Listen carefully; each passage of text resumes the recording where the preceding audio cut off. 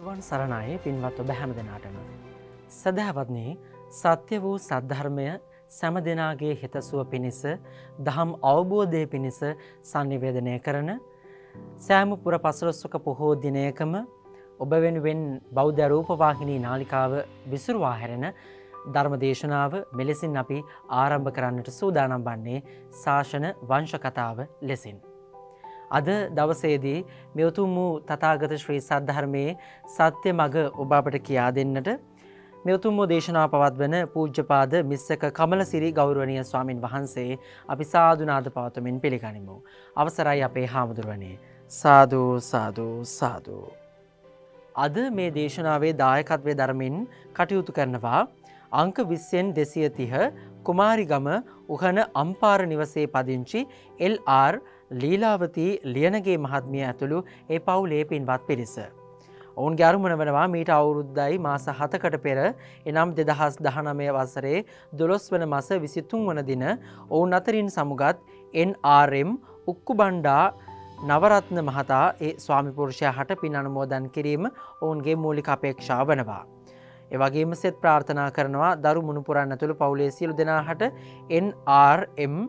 ශ්‍රියාලතා නවරත්න මැණිකේ ඇතුළු පවුලේ හැම දෙනාට එන්.ආර්.එම්.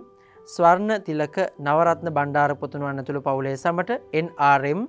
සේනාධීර නවරත්න බණ්ඩාර පුතුණුවන් ඇතුළු පවුලේ සැමට ඒ වගේම එන්.ආර්.එම්. සිසිර නවරත්න බණ්ඩාර පුතුණුවන් ඇතුළු පවුලේ සැමට.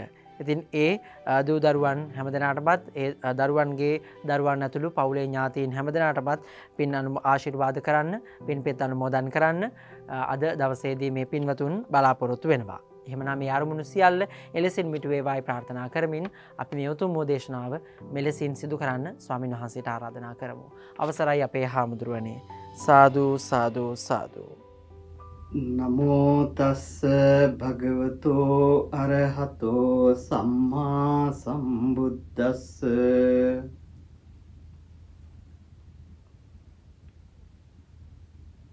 පිළිතුනේ අද දවසේ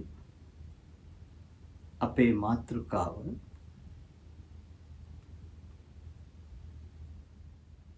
පැරණි ජම්බුද්වීපයේ තුල නැතිනම් වර්තමාන ඉන්දියාව තුළ බුදුදහම නැවත මතු කර ගැනීමේ ආරම්භය පිළිබඳව මධ්‍ය මණ්ඩලයට එල්ලවුණු මුස්ලිම් ආක්‍රමණයෙන් බෞද්ධ රාජ්‍යයන් විනාශ වෙලා ජම්බුද්වීපයේ නම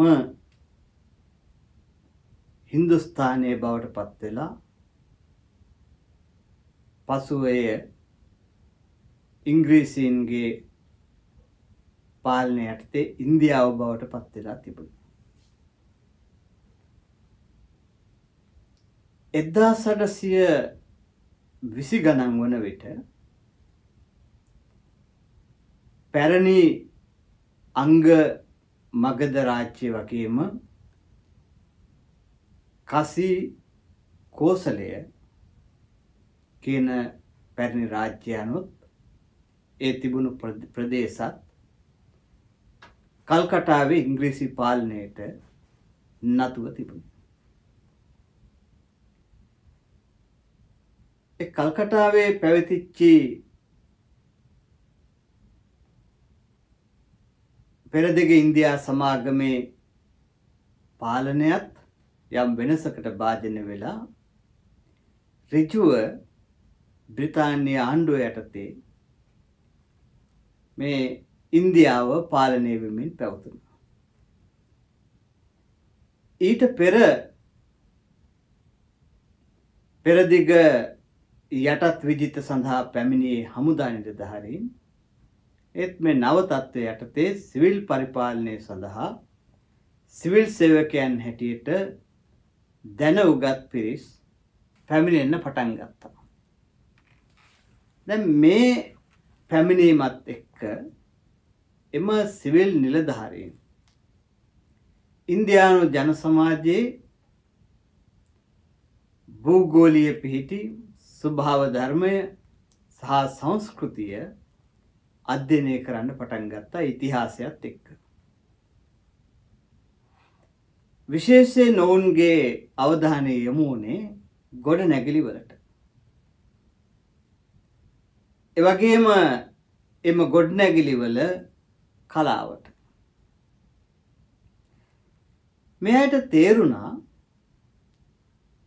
ඉන්දියාව තුළ ඒ වෙනකොට පැවතුණු හින්දු ආගම, මුස්ලිම් ආගම සහ ජෛන ආගමේ ගොඩනැගිලි කලාකෘති වලට අමතරව එයින් වෙනස් වෙච්චි ගොඩනැගිලි වාස්තු විද්‍යාවක් කලාකෘතීන් මේ උත්තර ප්‍රදේශයේ තුල පැතිරලා තිබෙන ආකාරය. මේ වෙනස නිසා ඒ ඉන්දියානුවන්ගෙන් ඉංග්‍රීසි නිලධාරීන් මේ පිළිබඳව විමසනවා. ඉංග්‍රීසි නිලධාරීන් මේ පිළිබඳව සටහන් තබලා තිබෙනවා.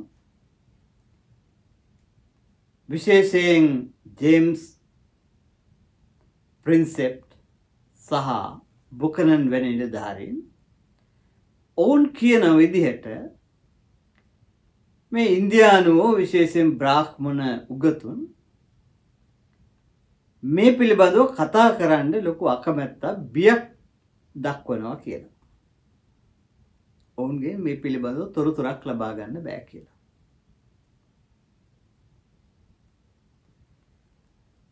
දැන් ඉංග්‍රීසි නිලධාරීන් දිගින් දිගට මේ ගැන කරුණු එක රාශි කරමින් මේ ගොඩනැගිලි පරීක්ෂා කරමින් කටයුතු කරගෙන යනවා. ඒ අතරේ හමු වෙන සෙල්ලිපි කියවන්නත් ඔවුන් උත්සාහ කරමින් ඒ ගැන හදාරමින් සිටිනවා.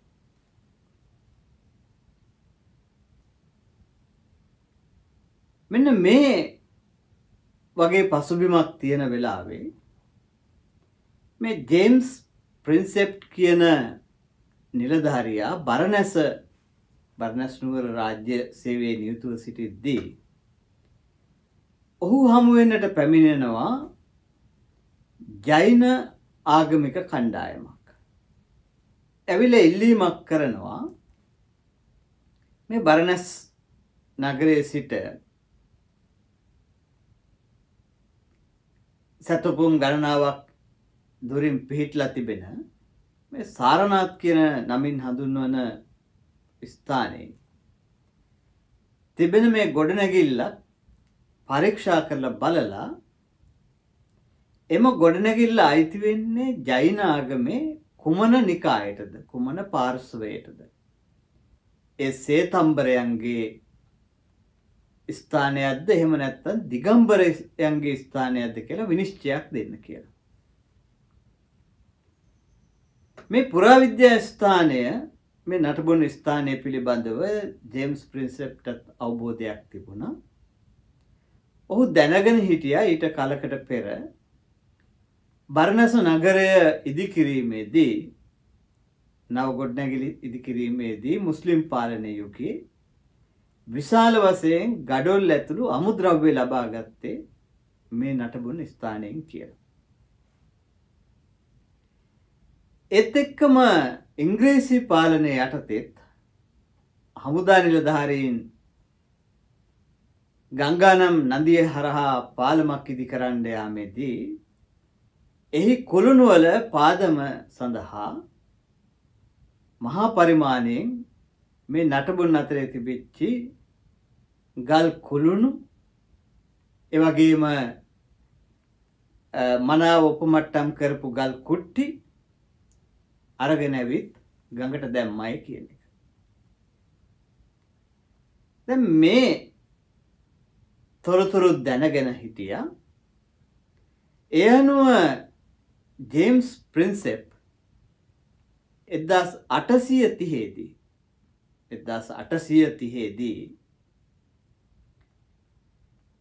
මේ පිළිබඳව පරීක්ෂණයක් ආරම්භ කරනවා. ඒ සඳහා ඔහු යොදවනවා බරණැස සංස්කෘත විද්‍යාලයේ ලේකම්වරයා හැටියට කටයුතු කරපු කපිතාන් කොස්බි ඉංග්‍රීසි ජාතිකයා සහ රාජකීය හමුදාවේ ඉංජිනේරු බලකායේ ලුතිනන් ඇලෙක්සැන්ඩර් කනින්හෑම් කියන නිලධාරියා. මේ නිලධාරීන් දෙදෙනා යොදවනවා මේ ස්ථානයේ කැණීමක් කරන්නට කියලා. මේ වෙනකොට ඉන්දියාවේ පුරාවිද්‍යා දෙපාර්තමේන්තුවක් ආරම්භ කරලා තිබුණේ නැහැ. හැබැයි තැන් තැන්වල පැරණි ගොඩනැගිලි වල තිබුණු තැන්වල කැණීම් කරලා එහි මොනවද තිබෙන්නේ මේ මොනවද කියලා හොයා බැලීම් ආරම්භ වෙලා තිබුණා. ඒ අයට තිබුණු දැනුම අනුව එක්තරා විදිහකට හිතූ මතේ කරපු වැඩක්. දැන් මේ පරීක්ෂාව ආරම්භ වුණාම සරණත්වල විශේෂයෙන් මේ පරීක්ෂාව පටන් ගන්න එහි තිබෙච්ච උස ගොඩනැගිල්ල. උස ගොඩනැගිල්ල තමයි මේ පරීක්ෂාවට මුලින්ම ලක් වෙන්නේ. මෙහි කරන කැණීම් වලදී ඔවුන්ට හම්බ වෙනවා අක්ෂර සහිත ගල් පතුරක්, ශිලාමය පතුරක් හම්බ වෙනවා. දැන් මේ තිබෙන අක්ෂරයන් ජෛනයන්ට කියවන්න පුළුවන්ද කියලා හොයලා බැලුවා ජෛන පඬිවරුන්ට. ඒ අයට මේක කියව ගන්න බෑ. ඒ අනුව බරණැස හිටපු බ්‍රාහ්මණ උගතුන්ට ඉල්ලීමක් කරා මේක කියවන්න කියලා. මේ කිසිම කෙනෙකුට මේක කියව ගන්න බෑ. හැබැයි මේ අක්ෂර මීට සමාන අක්ෂර මීට පෙර සාරනාත්වලදීත් හම්බෙලා තිබෙනවා. ගයාවේදීත් හම්බෙලා තියෙනවා. මොකද මේ වෙනකොට තවදුරටත් ඉංග්‍රීසි නිලධාරීන් මේ ගයාවේ බුද්ධ ගයා කොටස අඳුනගෙන තිබුණට ඒ බුද්ධ ගයාව හැටියට තේරුම් අරන් තිබුණේ නැහැ. ඒ කට්ටිය මේ ප්‍රදේශයේ පොදු නාමය වෙච්ච ගයාව හැටියට තමයි සැලකුවේ. ඒතර මේ බුද්ධ ගයා ප්‍රදේශයේ ගයාවේ නටබුන් අතරෙත් මෙවැනි අකුරු තිබුණා. ඒ වගේම නාලන්දාවේ නටබුන් අතරේ එහි තිබිච්ච බුදු පිළිමයක යටින් මෙවැනි අක්ෂර සහිත ලේඛන ලැබිලා තිබුණා. එනිසා මේ පැරණි අක්ෂර කියවන්නට උත්සාහ කරපු පිරිසට ඉංග්‍රීසි නිලධාරීන්ට කල්කටාවට පිටත් කරලා යවනවා. ඒ වෙනකොට ජේම්ස් ප්‍රින්සෙප්ට් හිටියෙත් කල්කටාවේ. ඔහු රාජකීය ආසියාතික සංගමේ ප්‍රධානියා හැටියට කටයුතු කරා. මේ අක්ෂර ටික පිටපත් කරලා ප්‍රින්සෙප්ට යවුවට පස්සේ දැන් කල්කටාවේ ඉන්නවා ගෝවින්ද රාම් ශාස්ත්‍රී කියලා බ්‍රාහ්මණ උගතෙක්.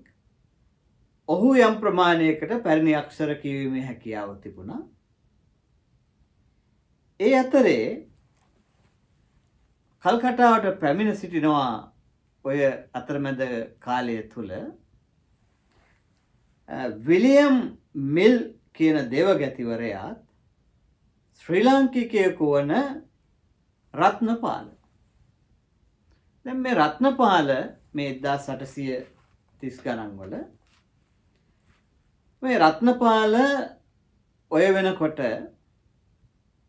බුදුදහම අත්හැරපු ක්‍රිස්තුණු ආගම වැළඳගත්තු කෙනෙක්. ඔහු පැවිදි වෙලා හිටපු කෙනෙක් කියලාත් අදහසක් තියෙනවා. නමුත් මේ රත්නපාල පිළිබඳව නිශ්චිත ආකාරයෙන් තොරතුරු අපිට හොයාගන්න අමාරුයි.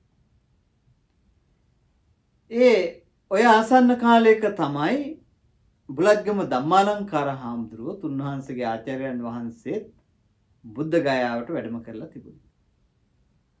ඒ නිසා මේ යුගයේ වනකට ලංකාවේ පිරිස් කල්කටාව ආශ්‍රිතව යම්කිසි සම්බන්ධතා ටිකක් පවත්වාගෙන ගිහිලා තිබුණා.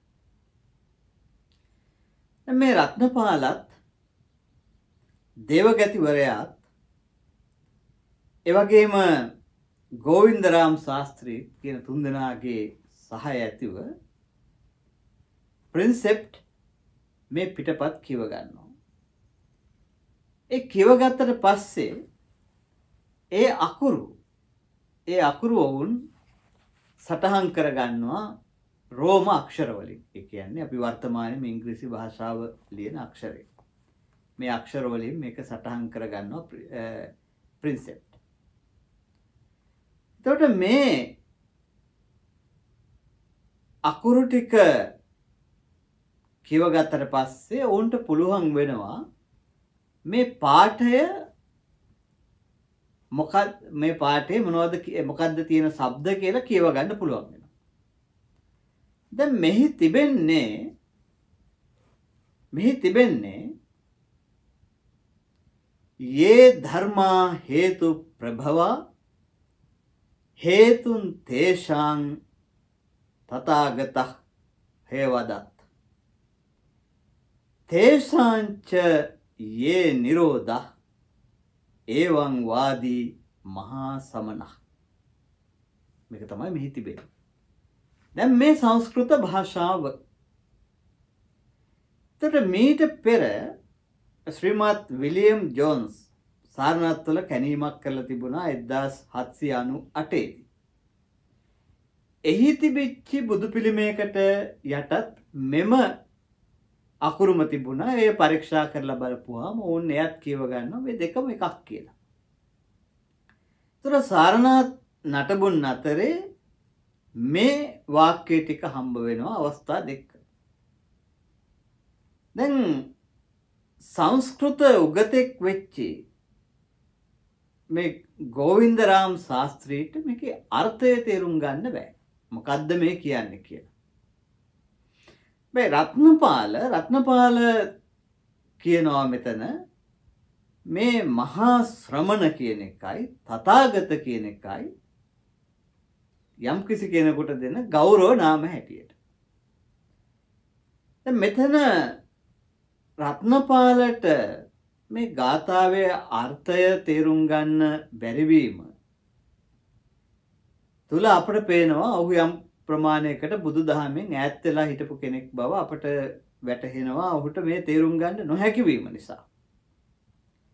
ඔහු අඳුනගන්නේ මේ තථාගත කියන වචනයයි මහා ශ්‍රමණ කියන වචනයයි දෙක ගෞරව නාම හැටියට යොදා ගන්නවා කියන හැරෙන්න මෙහි මේ අන්තර්ගතයක් පිළිබඳ ඔහුට තේරුම් ගැනීමේ හැකියාවක් තිබුණේ නැහැ. දැන් මේ අනුව මේ අක්ෂර කියව ගත්තට එහි අර්ථය තේරුම් ගන්න බැරි වෙනවා. දැන් අපි මුලින් සඳහන් කරා ෆ්‍රැන්සිස් බුකනන් විසින් බුද්ධ ගයාවේදී සහ නාලන්දාවේදී මෙවැනිම මේ පාඨ කියවගෙන තිබෙනවා කියන කාරණය.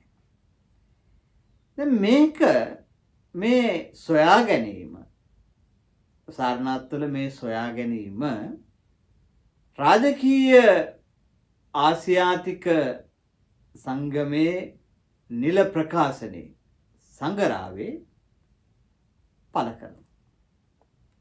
මේ පළ කරපුවාම ඒ වෙනකොට කත්මන්දු වල නේපාලයේ කත්මන්දු නුවර ඉංග්‍රීසි ආණ්ඩුවේ තානාපතිවරයා නැත්තම් නිත්‍ය නේවාසික නිලධාරියා හැටියට කටයුතු කරා හොජ්සන් කියන නිලධාරියා. දැන් හොජ්සන්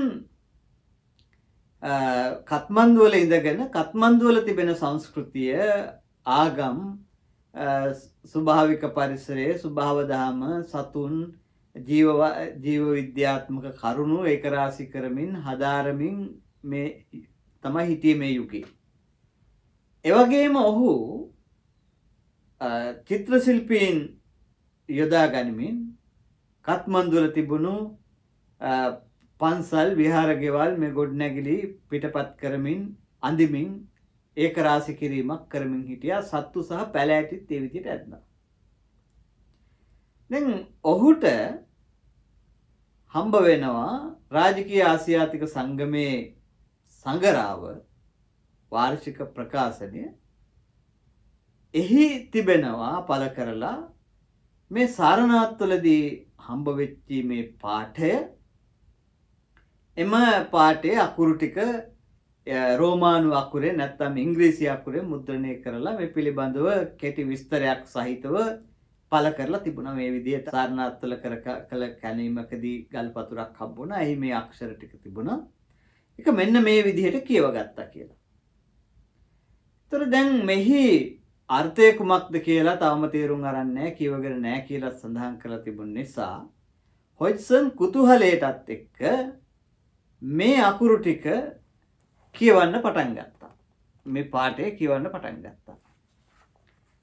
ඔහු අමාරුවෙන් අපහසුයෙන් යේ ධර්මා හේතු ප්‍රභවා කියලා මේක શબ્ද නගලා කියනකොට මෙතෙන්ට එනවා, මේ ඔහුගේ කාමරයට එනවා නේවාර් ජාතික චිත්‍ර ශිල්පියෙක්.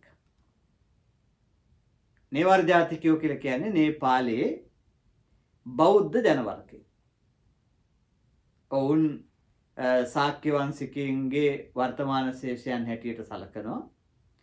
ඒතර නේවාර් ජාතිකයා නේපාල් ජනවර්ගයේ හින්දු ජනවර්ගයේ නෙමෙයි, නේවාර් ඔවුන් බෞද්ධයන්. එතකොට මේ බෞද්ධයෙක් වෙච්ච චිත්‍ර ශිල්පියා නේවාර් ජාතිකයාට ඇහෙනකොට යේ ධර්මා හේතු ප්‍රභවා කියලා ඔහු මේ පාඨයේ ඉතුරු කොටස කටපාඩමින් කියනවා. මේක හොජ්සන්ට මහා වික්‍රමයක් බවට, විස්මයක් බවට පත් වෙනවා. හේතුව මේ බරණැස හිටපු කිසිදු ජෛන හෝ හින්දු බ්‍රාහ්මණ පඬිවරයෙකුට කියවගත නොහැකි වුණු, අර්ථයක් නොදන්න, කල්කටාවේ උගතුන්ට බොහොම අමාරුවෙන් අපහසුවෙන් කියවගත්තු මේ වාක්‍ය ඛණ්ඩ ටික මේ නේවාර් ජාතික චිත්‍ර ශිල්පියා කටපාඩමෙන් බොහොම පැහැදිලිව නිරෝල්ව කියනවා.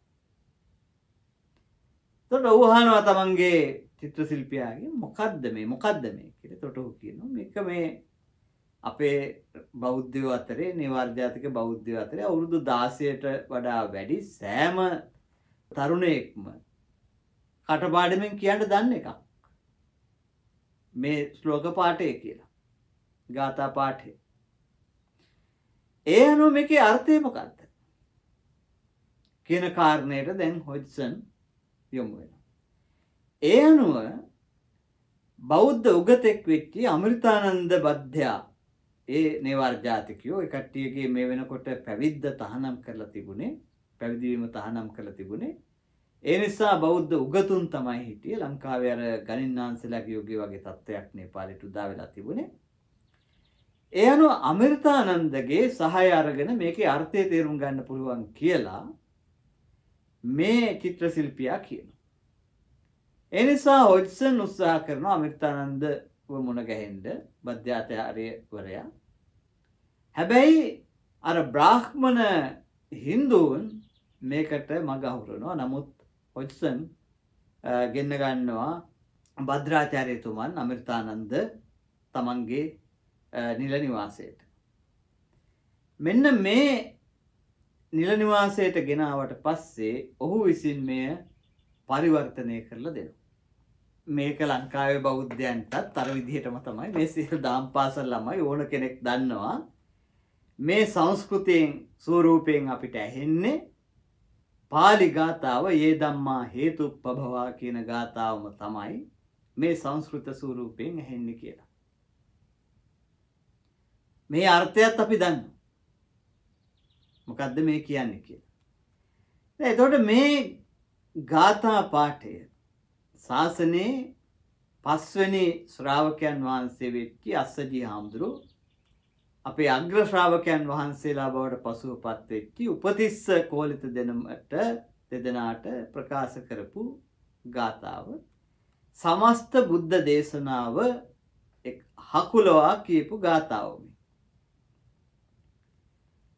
අර බුදුරජාණන් වහන්සේම දේශනා කරපු සබ්බපාපස්සකරණං ගාථාව වගේම මේ ඒ ධම්මා හේතුප්පභවා ගාථාව තුළ සමස්ත බුද්ධ ධර්මය දර්ශනය අන්තර්ගත වෙලා තිබෙනවා. එතකොට මේ ගාථාව තමයි මේ තියෙන්නේ. දැන් එතකොට මේ ගාථාව ඉංග්‍රීසි නිලධාරීන්ට මේක වහාම දැනුම් දෙනවා.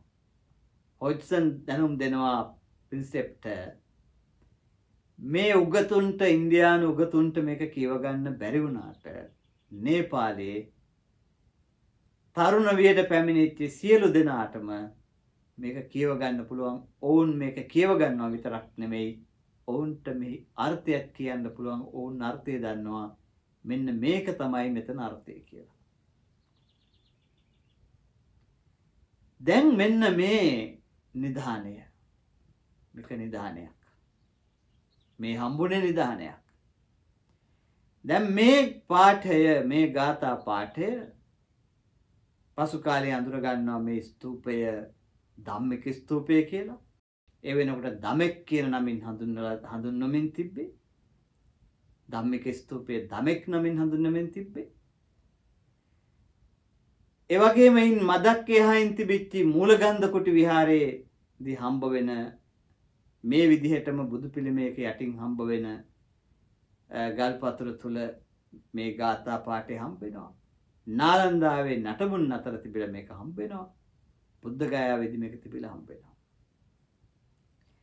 දැන් ඔවුන්ට තේරුම් ගන්න පුළුවන් වුණා ඉංග්‍රීසි නිලධාරීන්ට මේ කත්මන්දු නුවර තිබෙන ආගම එවැගේම එවකට අවා රාජ්‍ය කියලා හඳුන්වපු බුරුමය එහි තිබෙන ආගම සහ ලංකාව තුල සිලෝන් තිබෙන ආගම ඕන් ඒ වෙනකොට දැනගෙන හිටියා මේ රටවල් තුනේ තිබෙන ආගමේ සමානකමක් සමාන්තර භාවයක් තිබෙන බව. ඔවුන් දැන් නිගමනය කරනවා මේ ලංකාවේ තිබෙන ආගමත් අවාහි නැත්තම් බුරුමේ තිබෙන ආගමත් නේපාලයේ කත්මන්දු වල තිබෙන ආගමත් ඒ බෞද්ධ ආගමට අයිති නටබුන් සහ ගොඩනැගිලි තමයි මේ බරණැස සාරනාත් වල තිබෙන්නේ කියලා. පින්නතුනි මෙන්න මේ සොයා ගැනීම මේ හඳුනා ගැනීම තමයි පදනම බවට පත් වෙන්නේ ඉන්දියාව තුළ නැවත බුදුදහම මතු කර ගැනීම කියන කාර්යය. ඒ 1834 අතර කාලය තුල තමයි මේ මතු කර ගැනීම සිද්ධ කරගන්නේ. එතෙක් ඉංග්‍රීසි නිලධාරීන්ට අවබෝධයක් තිබුණේ නැහැ මේ හින්දු මුස්ලිම් ආගම බලවත් වීමට පෙර මෙහි තිබුණු ඒ බෞද්ධ සංස්කෘතිය කුමක්ද කියලා ඒ නමවත් තේරුම් ගන්න බැරුව හිටියේ. ඉතින් මේ අසීරු ප්‍රයත්නය තුල තමයි නැවත ඒ බෞද්ධ ඉතිහාසය මතු කරගන්නට පටන් ගන්න. මෙන්න මේ අතරේ ලංකාවේ හිටපු තෙන කියන නිලධාරියා මහනුවරදී මහවංශය කියවගෙන වික්ෂුන් වහන්සේලාගේ සහයෙන් ඉංග්‍රීසියට පරිවර්තනය කරනවා. මෙන්න මේ මහවංශ පරිවර්තනය තුල සඳහන් වෙනවා බුද්ධ චරිතයේ ඉතිහාසය සහ ඉන්දියාව තුල ඒ පැරණි ජම්බුද්වීපයේ ඉතිහාසය. ඔය වන විට ඉංග්‍රීසි නිලධාරීන් දැනගෙන හිටියා බුරුම ජාතිකයන් බුද්ධ ගයාවට රජගහනුවරට ඇවිල්ලා තමන්ගේ පැරණි ස්ථාන සිතීමක් ආශ්‍රයෙන් හඳුනා ගැනීමේ ප්‍රයත්නයක යෙදලා හිටියා කියලා. ඒ වගේම මම ගියවර දේශනාවේදී සඳහන් කරා බුද්ධ ගයාවේ හිටපු රාජපුත්‍රයෙක් පැවිදි වෙච්ච භික්ෂුවක් ඔවුන්ට මේ බුද්ධ චරිතය පිළිබඳව තොරතුරු ලබා දුන්නු හැටි. දැන් මේ ටෙනර්ගේ මහවංශ පරිවර්තනය එවැගේම බුරුමේදී ලබාගත් තොරතුරු, පැවිදි වුණු රාජපුත්වරයාගෙන් ලබාගත් තොරතුරු, කත්මන්දු නුවරදී ලබාගත් අමෘතානන්ද ඇතුළු පිරිසකින් ලබාගත් තොරතුරු මේ අය සංසන්දනය කරලා බලනවා. ඒ අතරේ ඇලෙක්සැන්ඩර් එක්සෝමාද ක්‍රෝස් කියන යුරෝපීය ජාතිකයා ටිබෙට් ධර්ම ග්‍රන්ථ හදාරමින් හිටියා. මේ ගාථා පාඨය ඔහුටත් යවනවා. ඒ යවුවට පස්සේ ඔහු ටිබෙට් ධර්ම ග්‍රන්ථ අතරේ තිබිලා මේ ගාථා පාඨය හොයාගන්නවා. ඒ අනුව මේ අයට තේරෙනවා මේ එකම දහමක් තියෙන්නේ. මෙහි ඉතිහාසය මෙහෙමයි, මේ විදිහටයි මේක ගලාගෙන ඇවිත් තිබෙන්නේ. එහෙමනම් අර භක්ති කල්චයාර්ගේ ආක්‍රමණයත් එක්ක මේ විනාශ කරලා දැම්මේ මේ සිද්ධාස්ථාන හින්දු බ්‍රාහ්මණ ඇදහිල්ලට අයිති ඒවා නෙමෙයි. මේ විනාශ කරලා දාලා තිබෙන්නේ මහා ආශ්චර්යමත් භාවයෙන් යුක්ත වෙච්චි මහා බෞද්ධ සංස්කෘතියක් මේ විනාශ කරලා තිබෙන්නේ කියන එක මේ ඉංග්‍රීසි නිලධාරීන් හඳුනාගත්තා.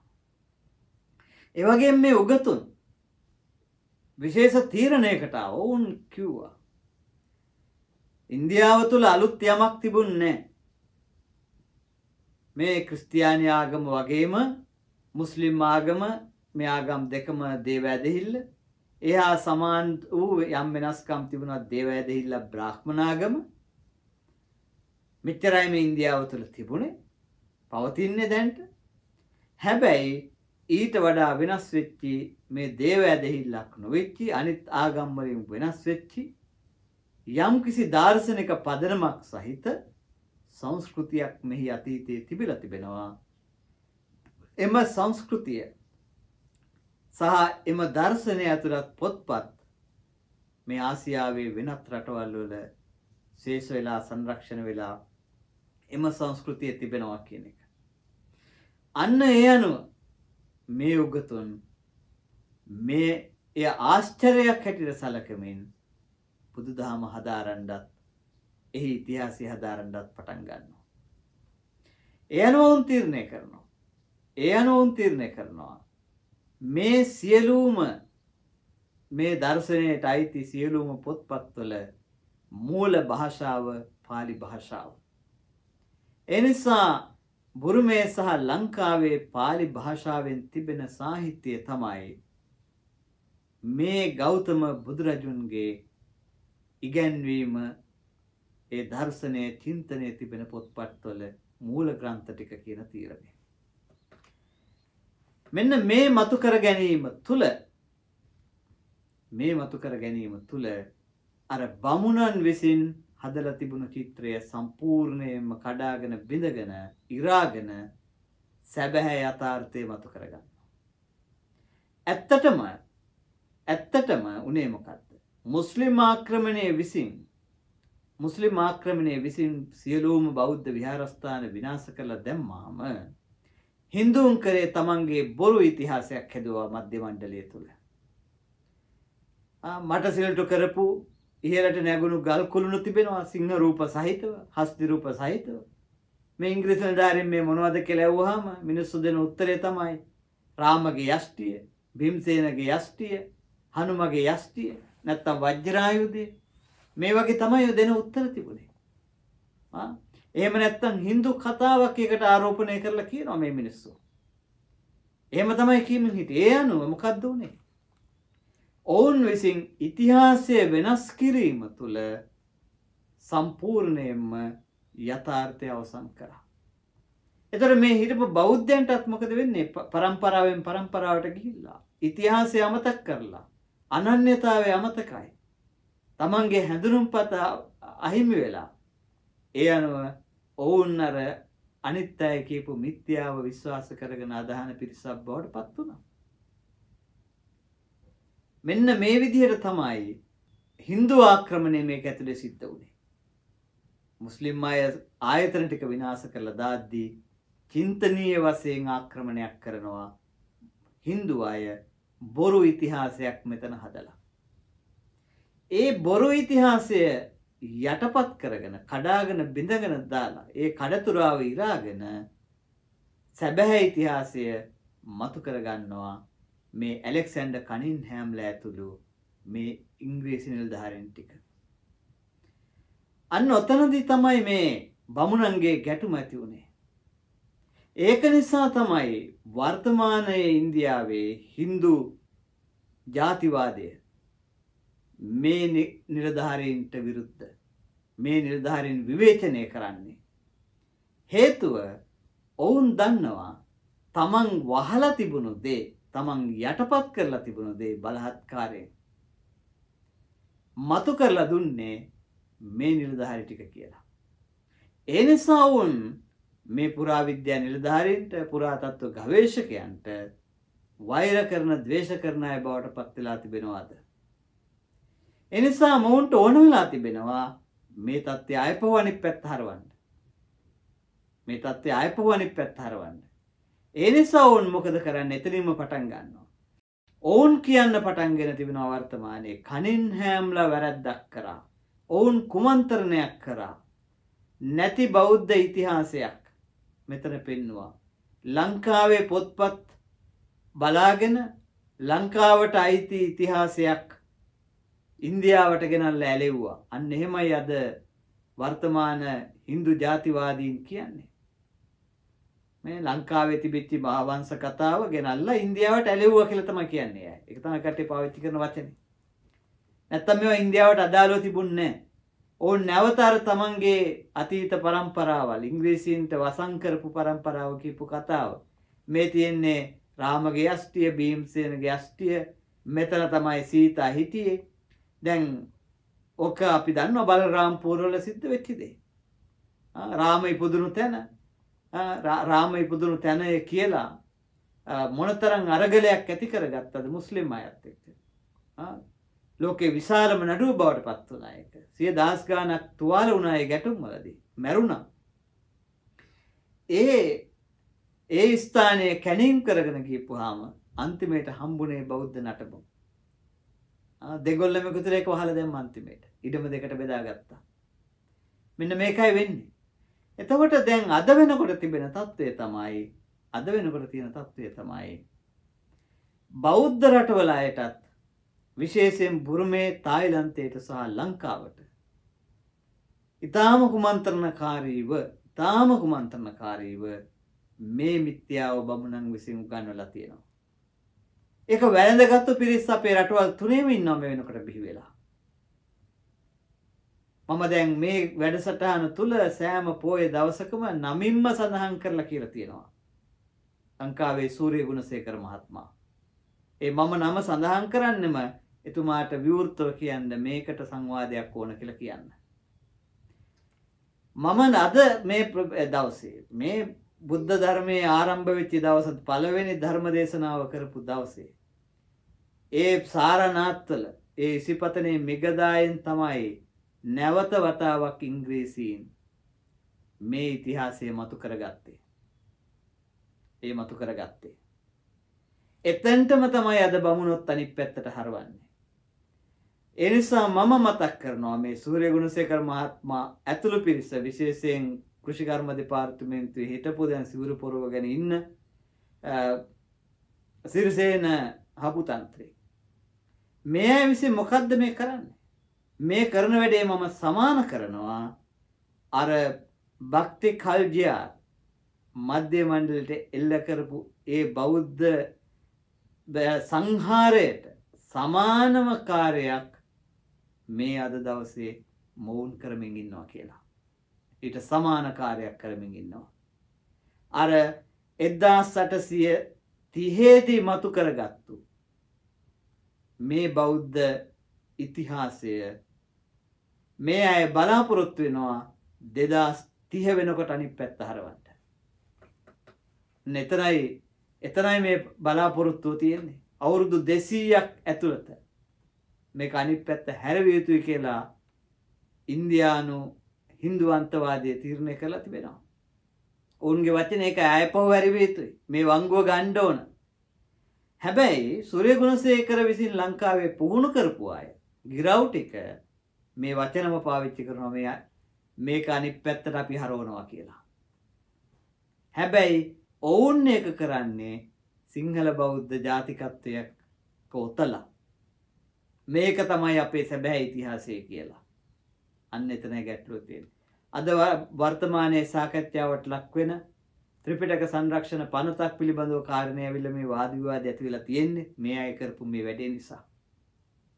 අද අනපනත් ගෙනල්ලා නීති ගෙනල්ලා ත්‍රිපිටකය ආරක්ෂා කරන තැනට අපිට ගේන්න වෙලා තියෙනවා. නමුත් මේ මිත්‍යාව මේ විදිහට ඉස්සරහට ගියොත් මේ මිත්‍යාව මිට විදිහට ඉස්සරහට ගියොත් මොකද්ද වෙන්නේ අනාගතයට? අර සීතාවක යුගයේ වෙච්ච දේ මේ අපේ පැරණි ත්‍රිපිටක ධර්ම ග්‍රන්ථ ටික පිටපත් ටික විනාශ කළ දාලා ගිනි තියලා දාලා 아무තු ත්‍රිපිටකයක් ගැන කතා කරන මිනිස්සු ටිකක් බිහි වෙයි ඉස්සරහට. අන්න ඒ කාරණේ වැළැක්වීමට ඒ අනතුර දකින පිරිසක් තමයි මේ අනපනත් පිළිබඳව නීති රීති ගැන මේ කතා කරන්නේ. ඒ අයටත් නින්දා අපහාස කරන්නේ. එතනින්ම මූලයෙන්ම අවසන් කරන්න මේ අය උත්සාහ කරනවා. එනිසා මම මේ අද දවසේ පැහැදිලි කරේ මේ මංගල ධර්ම දේශනාව ශාසනයේ සිදුණු දවස ප්‍රථම මාර්ගඵලලාභියා බිහිවෙච්ච දවස නැවත වතාවක් 1830 දී ඒ මධ්‍ය මණ්ඩලයේ මහා විනාශයෙන් පසුව නැවත බෞද්ධ චින්තනය මතු කරගත්තු වර්ෂය ඒ සාරනාත්වල මංගල ධර්ම දේශනාව කරපු ස්ථානයෙන් මේක මතු කරගත්තේ නැවත. අන්න ඒ ඉතිහාසය මම මතක් කළ දුන්නේ නැවත වතාවක් අර මහා විනාශය බෞද්ධ වේශයෙන් මෙවිත් කරන්නට ඉඩ නොතබන්නට. මොකද හේතුව භක්ති කල්ජයාර් ඍජුව පැහැදිලිව ආයුධ අරගෙන හමුදාව අරගෙන ඇවිල්ලා ආක්‍රමණය කරා විනාශ කරා. හින්දුන් මිත්‍යා ඉතිහාසයක් නිර්මාණය කරලා කවදාකවත් තහවුරු කරන්න බැරි මිත්‍යා ඉතිහාසයක් ප්‍රලාප ගොඩක් දේව කතා ගොඩක් ගෙනල්ලා මේවට ආරෝපණය කරලා ඒ බෞද්ධ ඉතිහාසය යටපත් කරා. එතනින් පස්සේ දැන් වර්තමානයේ මේ අය වර්තමානය කරනවා බෞද්ධ වේශයෙන්ම මේ ඉතිහාසය විනාශ කරලා දැමීමක් කරන්න යනවා. මේක ලංකාව විතරක් නෙමෙයි, ඔය වගේම කල්ලි කණ්ඩායම් බුරුමෙත් ඉන්නවා, ඒ වගේම කල්ලි කණ්ඩායම් තායිලන්තෙත් ඉන්නවා. ඒ හැමෝම පාවිච්චි කරන්නේ ජාතිවාදය. ජාතිවාදය පාවිච්චි කරලා තමයි මේ විනාශය කරන්නේ. ඒකයි මෙතන තියෙන භයානකම. ඒ නිසා මම මේ සියලු දෙනාගෙන් ඉල්ලා සිටිනවා මෙම ඉදිරිපත් කරපු මේ කරුණු ටික නැවත නැවත හදාරන්න. නැවත නැවත අහුම්කම් දෙන්න. හැකි තරම් අනිත් අය දැනුවත් කරන්න කියලා මං ඉල්ලා සිටිනවා. මේ ශාසනය සුරක්ෂිත වේවා, ධර්මය ත්‍රිපිටක දහම සුරක්ෂිත වේවා කියලා මම ප්‍රාර්ථනා කරනවා. සාදු සාදු සාදු. සදහවත්නි, ශාසන වංශ කතාව උතුම් වූ තථාගත ශ්‍රී සද්ධර්මයේ යථා ස්වභාවය සෑම දිනාගේ අවබෝධය පිණිස කියා දෙන්නට සිදු කරන සෑම පුර පසළොස්වක පොහෝ දිනයකම ඔබ වෙත ගෙනෙන ධර්මදේශනා මාලාවේ ඇසළ පෝදා ධර්මදේශනාව මෙලෙසින් පවත්වා වදාළ පූජ්‍යපාද මිස්සක කමලසිරි ගෞරවනීය ස්වාමින් වහන්සේට නිදුක් නිරෝගී චිරජීවනය සැලසේවායි අපි ප්‍රාර්ථනා කරමු. සාදු සාදු සාදු. අද මේ පින්කමේ දායකත්වය ගැන කටයුතු කළා අංක 20/230 කුමාරිගම උහන අම්පාර නිවසේ පදිංචි එල්.ආර්. ලීලාවතී ලියනගේ මහත්මිය ඇතුළු පවුලේ පින්වතුන්. මීට අවුරුද්දයි මාස 7කට පෙර 2019 12 වන මාස 23 වන දින ඔවුන් අතරින් සමුගත් එන්.ආර්.එම්. උක්කුබණ්ඩා නවරත්න මහතා එම ස්වාමි පුරුෂයාට පින් අනුමෝදන් කරන්න එතුමිය ඇතුළු දරුවන් බලාපොරොත්තු වෙනවා. දරු මුණුපුරන් ඇතුළු පවුලේ සියලු දෙනාට ආශිර්වාද කරන්න. ඒ අනුව එන්.ආර්.එම්. ශ්‍රියාලතා නවරත්න මැණිකේ දියණිය ඇතුළු පවුලේ සම එන්.ආර්.එම්. ස්වර්ණ තිලක නවරත්න බණ්ඩාර පුතුණන් ඇතුළු පවුලේ සම, ඒ වගේම එන්.ආර්.එම්. සේනාධීර නවරත්න බණ්ඩා නවරත්න බණ්ඩාර පුතුණුවන් ඇතුළු පවුලේ සැම ඒ වගේම NRM සිසිර නවරත්න බණ්ඩාර පුතුණුවන් ඇතුළු පවුලේ හැම දෙනාට ආශිර්වාද කරන්න ඔවුන් අපේක්ෂා කළා. ඒ සියලු යහපත් අරමුණු එලෙසින් මිට වේවායි ප්‍රාර්ථනා කරමින් අපි මේ දේශනාව නිමාවටපත් කරනවා. ඇමරිකාවේ පටිගත කිරීමක් ලෙසයි මේ උතුම් දේශනාව ඔබ ශ්‍රවණය කළේ. ඉතින් නිෂ්පාදන දායකත්වයට එක් වූ හැම දිනකටම ආශිර්වාද කරමින් අපි මේ දේශනාව ලබන පුරවසළොස්වක පොහොදා ඔබ වෙත ගෙනීමේ අරමුණින් නිමාවටපත් කරනවා. හැම දිනකටම තෙරුවන් සරණයි.